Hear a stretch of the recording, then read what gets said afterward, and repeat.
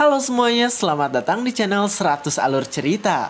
Pada kesempatan kali ini, kita akan membahas Batang 99 Plus bagian 4. Buat kalian yang belum nonton part sebelumnya, bisa cek di playlist yang telah saya buat atau cek di deskripsi. Dan oke, tanpa berbasa-basi lagi, mari kita langsung gaskan saja pada alur ceritanya. Cerita dimulai dengan Jiwo yang terkejut karena sekarang bebenguk milik Aventador muncul tepat di dalam sempaknya. Dengan wajah santuy di sana, Aventador pun langsung mengatakan bahwa ia bisa menjelaskan semuanya. Cerita pun menjelaskan tentang item tingkat ego yang ada di Chronolife. Dijelaskan bahwa item yang memiliki tingkat ego adalah kelas atas yang sangat langka di dalam gamenya. Dan ketika menjadi tingkat ego, maka item itu akan memiliki jiwanya tersendiri. Terlihat sekarang Jiwo pun menatap dengan wajah aneh pada sempaknya, karena sekarang sempaknya memiliki tingkat ego dengan jiwa naga kutub Aventador yang ada di dalamnya. Semua orang yang ada di sana pun sekarang hanya bisa terdiam karena mereka kaget dengan hal itu. Kyoka yang melihat hal tersebut pun langsung ingin muntah, dan ia berkata bahwa apa yang ada di hadapannya sekarang benar-benar menjijikan. Sedangkan Star sekarang matanya ditutup oleh Kyoka karena ia tidak diperbolehkan untuk melihatnya. Kyoka pun mengatakan bahwa alasan ia menutup mata Star adalah agar penglihatan Star pada saat ini terlindungi dari hal yang mengerikan. Aventador pun di sana memasang wajah serius, dan ia berkata bahwa sekarang ia akan menceritakan awal kemunculan Chronolife. Jiwo sendiri sekarang malah memasang wajah absurd karena ia mungkin merasa geli-geli hingga membuat semua orang jijik. Aventador di sana menjelaskan bahwa ada pulau yang sudah ada dari dulu dan itu bernama Chrono. Chrono ini dipenuhi dengan kedamaian dan semua ras yang ada di sana hidup dengan aman. Manusia yang ada di sana diberkati dengan karunia kesehatan yang luar biasa. Para elf memiliki parah yang cantik dan juga umur panjang. Untuk ras kurcaci, mereka punya kecerdasan luar biasa hingga menciptakan teknologi yang hebat. Dan bahkan ada juga ras animal yang menggabungkan antara kekuatan manusia dan hewan. Lalu yang terkuat dari semua itu ada ras naga yang hidup berdampingan di Pulau Chrono. Selain dari itu, ada juga suku lain, tapi semuanya tetap rukun dan saling menghormati satu sama lain. Dan yang menyatukan semua hal itu adalah seseorang yang gondrong, yang dimana orang gondrong ini adalah Sigurd, yang dimana God ini memiliki kuasa sangat tinggi, bahkan di antara orang yang punya uang. Lu punya duit, lu punya kuasa. God awalnya menyukai tempat itu karena tempat itu menyimpan keindahan yang bahkan disukai oleh ibunya maupun dirinya. Ia selalu tersenyum ketika melihat keindahan itu, dan bahkan ia juga senang ketika melihat planet tempat tersebut berada. Dan bahkan ia juga senang ketika melihat planet tempat tersebut berada karena tempat itu adalah bintang yang terkenal karena keindahannya di alam semesta keempat, yang menjadi tempat favorit bagi ia dan juga ibundanya. Namun akhirnya itu semua berubah karena ras di Pulau Chrono berbeda dengan para dewa yang ingin hidup damai terus-menerus. Orang-orang yang ada di sana mulai mematahkan berkat perdamaian dan mereka memulai perang satu sama lain. Mereka semua saling membunuh dan bahkan menghancurkan pulau yang mereka tinggali. Karena hal tersebut, God pun murka karena ia tidak tahan melihat kekejaman bodoh yang dilakukan oleh mereka. God pun mengumpulkan kekuatan miliknya di atas langit. Ia berniat untuk menghancurkan semuanya. Namun sayang, seorang God tidak bisa campur tangan secara langsung di dunia manusia. Dengan senyuman ngerinya, akhirnya ia pun mengorbankan diri untuk membagi jiwanya menjadi 7 bagian yang tersebar di seluruh dunia. Aventador di sana terus menjelaskan, dan ia pun berniat untuk memberitahu lebih lanjut tentang peran God di dunia manusia. Namun dengan bangkainya, Jiwo pun terus menyekip-nyekip videonya karena ia tidak suka dengan hal tersebut. Tiba-tiba wajahnya pun langsung sengklek karena ia terkena sebuah serangan mematikan dari Kyoka yang ada di belakangnya. Kyoka pun mengatakan agar Aventador melanjutkan ceritanya karena mereka harus tahu hal tersebut. Kyoka di sana bertanya apakah 7 bagian yang dibicarakan oleh Aventador tadi adalah 7 dosa besar yang ada. Aventador pun mengatakan jika itu benar. Namun di sana Aventador pun mengatakan bahwa kekuatan dari Sins of Envy milik Kyoka pun pasti sudah hilang. Kyoka mengatakan jika itu benar, walaupun sekarang ia masih bisa bertransformasi menjadi bentuk Raja Iblis dengan sempurna. Kyoka pun ingat kembali ketika Jiwo menjadi besar dan bersiap untuk menyerang Envy. Setelah diserang Envy, Kyoka ini bisa hidup kembali dan ia diselamatkan oleh Jiwo. Pada saat itu Jiwo berhasil menghabisi Envy, namun Kyoka yang berada di dalam tubuhnya bisa diselamatkan dengan kekuatan Jiwo. Aventador pun mengatakan bahwa dulu Jiwo berhasil menyelamatkan Kyoka, dan Aventador tahu hal itu karena ia menonton hal tersebut dari dalam sempak Jiwo. Aventador pun di sana menjelaskan tentang inti dari cerita tersebut. Ia berkata bahwa dari dulu para 7 dosa besar akan mulai terlahir kembali, namun sekarang semuanya tidak akan seperti itu. Ketika mendengar hal itu, Kyoka pun bingung dan ia langsung bertanya mengapa hal tersebut bisa terjadi. Aventador langsung menghela nafasnya dan ia berkata bahwa hal itu terjadi karena sekarang semuanya sudah selesai. Terlihat di tempat lain jam pasir sudah penuh penuh semuanya. Dan di tempat itu juga ada God yang sedang nongkrong dengan santuy. Tiba-tiba God pun langsung tersenyum ketika ia merasakan ada seseorang yang datang ke tempatnya. Terlihat yang datang adalah Dewi, dan di sana Dewi langsung bertanya tentang apa yang sedang dipikirkan oleh God. God pun langsung menjawab bahwa sekarang ia sedang memikirkan Dewi. Dewi pun langsung tersenyum. Ia berkata jika dirinya berterima kasih, namun sekarang Dewi ini sudah punya orang yang disukai. Dewa langsung tersenyum dan ia berkata bahwa orang yang disukai Dewi pasti adalah si Jiwo yang ia anggap sebagai temannya. Tiba-tiba Dewa pun menunduk karena di sana ia tidak mengerti dengan persahabatan atau cinta yang manusia miliki.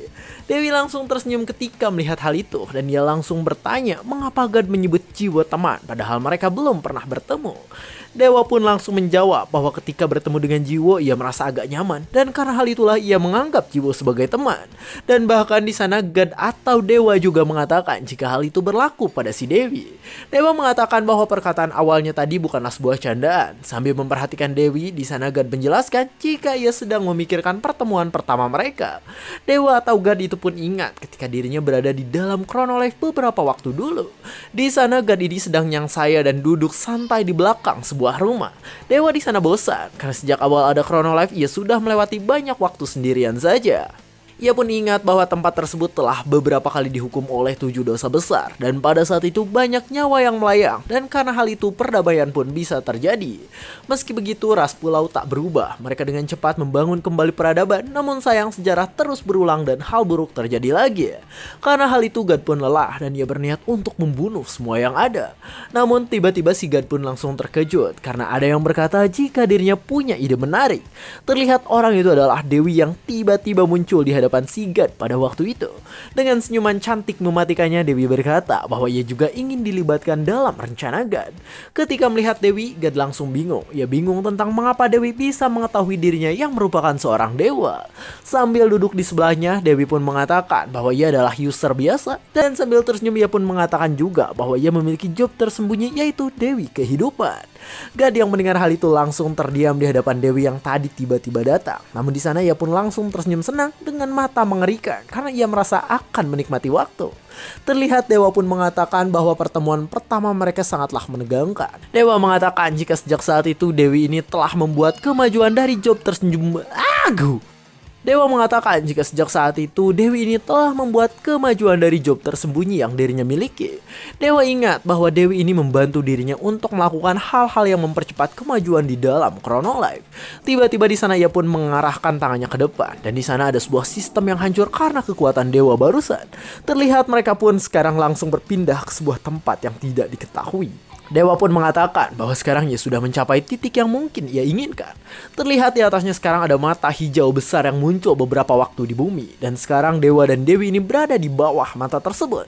Dewi sendiri saat ini langsung tersenyum di hadapan si Dewa. Ia berkata bahwa dulu Booty Boy yang ngecit pun tidak bisa mengalahkan monster yang sekarang ada di hadapannya. Bahkan pada saat itu Booty Boy harus kabur ke zona GM sehingga membuat Dewi sedikit merasa kesal. Sambil memperhatikan makhluk yang ada di hadapannya, Dewi berkata bahwa itu adalah monster yang mengerikan. Ketika mendengar hal itu, God pun mengatakan bahwa kata monster sangatlah kasar. Namun God mengatakan jika itu adalah benar dan monster itu adalah tubuh milik dirinya. Dewa pun langsung mendekat ke arah monster tersebut dan dia berkata bahwa sekarang adalah saat bagi dirinya untuk bersatu. Dewi pun mengepakkan sayapnya dan sambil terbang mendatangi si God, dia berkata agar sekarang God menunggu dirinya sebentar. Dewi mengatakan bahwa sekarang masih ada satu langkah terakhir, jadi mengapa God langsung menyatu dengan tubuhnya sekarang. God yang mendengar hal itu langsung terdiam dan ia memperhatikan Dewi dari tempatnya. Sambil tersenyum ia pun berkata bahwa hal itu pasti bisa diselesaikan dengan baik oleh Dewi. Ketika mendengar hal itu, Dewi pun langsung terdiam. Lalu ia pun tersenyum dan mengatakan agar si God menyerahkan semua hal pada dirinya saja. Karena mendengar hal itu, di sana God pun mengatakan bahwa sekarang adalah waktu bagi dirinya. Di sana ia membuka baju dan memperlihatkan otot perutnya yang berbentuk seperti roti sobek. Dewa melepaskan bajunya tersebut dan sekarang ia bersiap untuk melakukan sesuatu. Ia mengikat rambutnya ke atas dan dengan tatapan tampannya yang tajam ia pun akan melakukan sebuah hal yang sudah ditunggu dari lama. God langsung langsung mengulurkan tangannya ke arah depan dan tiba-tiba ia pun menempelkan tangannya itu pada dadanya hingga berdarah. Di hadapan monster yang ada di hadapannya, God pun mengatakan bahwa sekarang ia mempersembahkan tubuh God yang dimilikinya. Ia mencengkram jantungnya dengan sangat kencang dan sambil mengeluarkan air mata darah, ia berkata bahwa sekarang ia akan bersatu selamanya dan ia akan menghancurkan dunia yang ada. Tubuh God pun langsung bersinar dengan sangat terang di hadapan Dewi yang ada di sana. Dewi pun langsung menahan kilauan tersebut. Lalu tiba-tiba God pun menghilang bersamaan dengan makhluk yang tadi berada di sana. Dewi langsung terdiam dan sambil menatap indah ia pun berkata bahwa sekarang semuanya akan dimulai. Sedangkan di tempat Jiwo berada sekarang tempatnya tenang dan aman. Tapi tiba-tiba di sana ada sebuah getaran kuat yang membuat mereka terkejut. Kyoka bingung dengan getaran apa yang terjadi sekarang. Sedangkan Jiwo malah tersenyum dan ia berkata bahwa akhir dunia sepertinya sudah dimulai. Jiwo malah rebahan santuy sehingga membuat semua orang yang ada di sana terkejut dengan kelakuan miliknya. Jiwo sendiri langsung berkata bahwa sekarang ia akan bersenang-senang di akhir cerita yang akan terjadi. Sedangkan para player yang ada di luar di sana pergi dan mereka berlari agar bisa menyelamatkan diri masing-masing. Mereka ketakutan karena sekarang monster bola mata yang memperhatikannya mulai muncul. Monster itu sangatlah besar sehingga mungkin bisa melahap kota dengan sangat cepat. Tapi tiba-tiba sekarang mereka pun terkejut karena ada seseorang yang datang sambil membawa sebuah batang. Para player yang melihat hal itu pun langsung senang bukan main karena mereka berkata bahwa jubah dan batang Jiwo sudah ditunggu oleh mereka semua. Jiwo pun di sana terlihat menatap dengan percaya diri walaupun sekarang di batang bawahnya ada sesuatu. Para player langsung ketakutan dan mereka bingung dengan batang bawah yang sekarang sedang bersama Jiwo. Jiwo pun langsung senang ketika melihat bos monster yang besar itu. Ia berkata bahwa itu pasti adalah bos terakhir di Chrono Life. Jiwo langsung berkata bahwa ia sepertinya pernah melihat bos monster yang muncul pada saat ini. Urus pun mengatakan bahwa monster itu pernah disummon oleh Dewi sebelumnya. Dan ketika mendengar hal itu, Jiwo pun langsung menghela nafas. Ia di sana berkata bahwa itu semua sekarang menyenangkan karena ternyata takdirnya sekarang berhubungan dengan si Dewi juga. Jiwo pun memanggil Aventador dan ia mengatakan jika sekarang Aventador harus membantu dirinya. Terlihat sekarang tubuh Jiwo langsung mengeluarkan aura biru terang yang sangat indah. Jiwo menatap tajam dan ia berkata bahwa sekarang dirinya akan mengeluarkan skill bernama Dragon Breath. Kyoka sendiri sekarang langsung memperhatikan Jiwo dari jauh dan di sana ia sedikit terkejut karena ternyata Jiwo akan mengeluarkan skill Dragon Breath yang sangat kuat. Ia ingat bahwa skill itu adalah skill pamungkas milik Raja Para Naga. Bahkan saat Aventador mengeluarkan skill itu, skillnya sangat indah sekaligus mengerikan. Kyoka berkata bahwa skill itu adalah skill romantis yang selalu berada di dunia fantasi. Dan karena hal itu sekarang semua orang menunggu kekuatan yang akan dikeluarkan oleh Jiwo. Jiwo sendiri sekarang terus mengumpulkan kekuatannya di hadapan si monster yang ada di depannya. Jiwo tersenyum senang dan ia langsung mengeluarkan skill miliknya. Aventador pun membuka mulutnya dan bersiap untuk mengeluarkan Dragon Breath. Skill Dragon Breath milik Aventador pun keluar dengan sangat indah. Dan ya, saking indahnya skill itu sangatlah membingungkan sehingga admin ingin melemparkan HP pada saat ini. Meski begitu kekuatannya memang besar dan mengeluarkan efek yang luar biasa. Kyoka sendiri sekarang langsung menatap dengan tak percaya.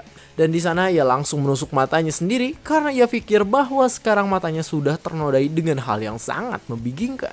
Terlihat di sana serangan yang dilancarkan oleh Jiwo tadi pun langsung membuat sebuah serangan kuat dan setelah selesai melakukan hal tersebut, asap yang ada di sana pun mulai menghilang secara perlahan.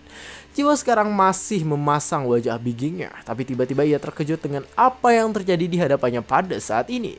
Kyoka yang matanya berdarah karena melihat hal membingungkan pun sekarang ikut bingung dengan hal yang terjadi. Terlihat di sana monster itu baik-baik saja dan bahkan tidak terkena sebuah goresan sedikit pun ketika terkena serangan Biging barusan. Jiwo pun langsung bingung tentang mengapa makhluk itu baik-baik saja walaupun sudah diserang dengan kuat. Terlihat kepala Aventador pun langsung dipegang oleh seseorang dan di sana orang yang memegangnya adalah Jiwo. Jiwo di sana bertanya tentang apa yang terjadi. Ia berkata bahwa tadi Aventador harusnya mengeluarkan Dragon Breath dengan benar. Namun tiba-tiba Jiwo pun terkejut karena ada seseorang yang berkata jika monster itu tidak ada di sana. Terlihat yang datang adalah Riot dan juga Lola ke arah mereka semua. Riot di sana berkata bahwa monster itu bisa berpikir untuk menyerang dan bergerak secara perlahan. Riot menjelaskan jika monster itu mungkin terlihat seperti ada di langit tempat Jiwo berada. Namun sebenarnya monster itu berada di dimensi yang berbeda dengan mereka semua.